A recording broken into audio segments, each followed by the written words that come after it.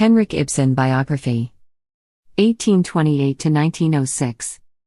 Exiled Norwegian playwright Henrik Ibsen wrote A Doll's House and Hedda Gabler, the latter of which featured one of theatre's most notorious characters. Who was Henrik Ibsen? Henrik Ibsen was born on March 20, 1828, in Skien, Norway. In 1862, he was exiled to Italy, where he wrote the tragedy Brand. In 1868, Ibsen moved to Germany, where he wrote one of his most famous works, the play A Doll's House. In 1890, he wrote Hedda Gabler, creating one of theatre's most notorious characters. By 1891, Ibsen had returned to Norway a literary hero. He died on May 23, 1906, in Oslo, Norway. Childhood. As a child, Ibsen showed little sign of the theatrical genius he would become. He grew up in the small Norwegian coastal town of Skien as the oldest of 5 children born to Knud and Marion Ibsen. His father was a successful merchant and his mother painted, played the piano and loved to go to the theater. Ibsen himself expressed an interest in becoming an artist as well. The family was thrown into poverty when Ibsen was 8 because of problems with his father's business. Nearly all traces of their previous affluence had to be sold off to cover debts, and the family moved to a rundown farm near town. There, Ibsen spent much of his time reading, painting and performing magic tricks. At 15, Ibsen stopped school and went to work. He landed a position as an apprentice in an apothecary in Grimstad. Ibsen worked there for 6 years, using his limited free time to write poetry and paint. In 1849, he wrote his first play Catalina, a drama written in verse modeled after one of his great influences, William Shakespeare. Early works. Ibsen moved to Christiania, later known as Oslo, in 1850 to prepare for university examinations to study at the University of Christiania. Living in the capital, he made friends with other writers and artistic types.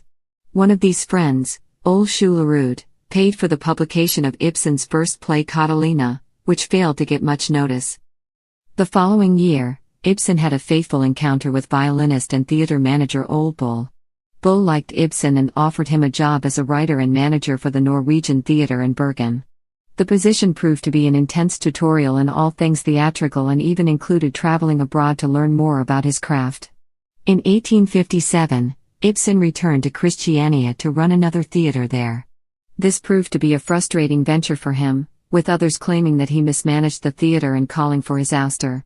Despite his difficulties, Ibsen found time to write Love's Comedy, a satirical look at marriage, in 1862. Writing in exile.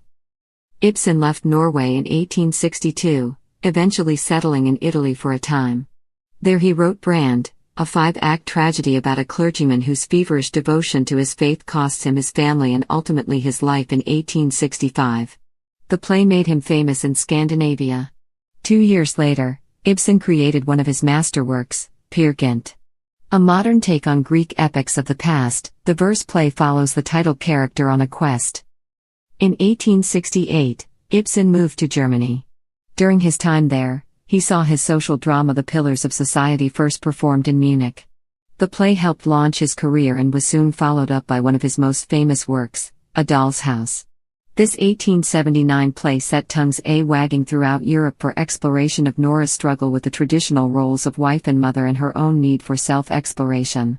Once again, Ibsen had questioned the accepted social practices of the times, surprising his audiences and stirring up debate. Around this time, he returned to Rome. His next work, 1881's Ghosts, stirred up even more controversy by tackling such topics as incest and venereal disease. The outcry was so strong that the play wasn't performed widely until 2 years later. His next work, An Enemy of the People, showed one man in conflict with his community. Some critics say it was Ibsen's response to the backlash he received for Ghosts. Ibsen wrote The Lady from the Sea, 1888, and then soon headed back to Norway, where he would spend the remainder of his years. One of his most famous works was to follow, in Hedda Gabler. With Hedda Gabler, 1890, Ibsen created one of the theater's most notorious characters. Hedda, a general's daughter, is a newlywed who has come to loathe her scholarly husband, yet she destroys a former love who stands in her husband's way academically. The character has sometimes been called the female Hamlet, after Shakespeare's famous tragic figure. Back to Norway. In 1891, Ibsen returned to Norway as a literary hero. He may have left as a frustrated artist, but he came back as internationally known playwright. For much of his life, Ibsen had lived an almost reclusive existence. But he seemed to thrive in the spotlight in his later years, becoming a tourist attraction of sorts in Christiania. He also enjoyed the events held in his honor in 1898 to mark his 70th birthday. His later works seem to have a more self-reflective quality, with mature lead characters looking back and living with the consequences of their earlier life choices. And each drama seems to end on a dark note. The first play written after his return to Norway was The Master Builder. The title character encounters a woman from his past who encourages him to make good on a promise. In When We Dead Awaken, written in 1899, an old sculptor runs into one of his former models and tries to recapture his lost creative spark. It proved to be his final play. Final Years. In 1900, Ibsen had a series of strokes that left him unable to write. He managed to live for several more years, but he was not fully present during much of this time. Ibsen died on May 23, 1906. His last words were to the contrary. In Norwegian. Considered a literary titan at the time of his passing, he received a state funeral from the Norwegian government. While Ibsen may be gone, his work continues to be performed around the world.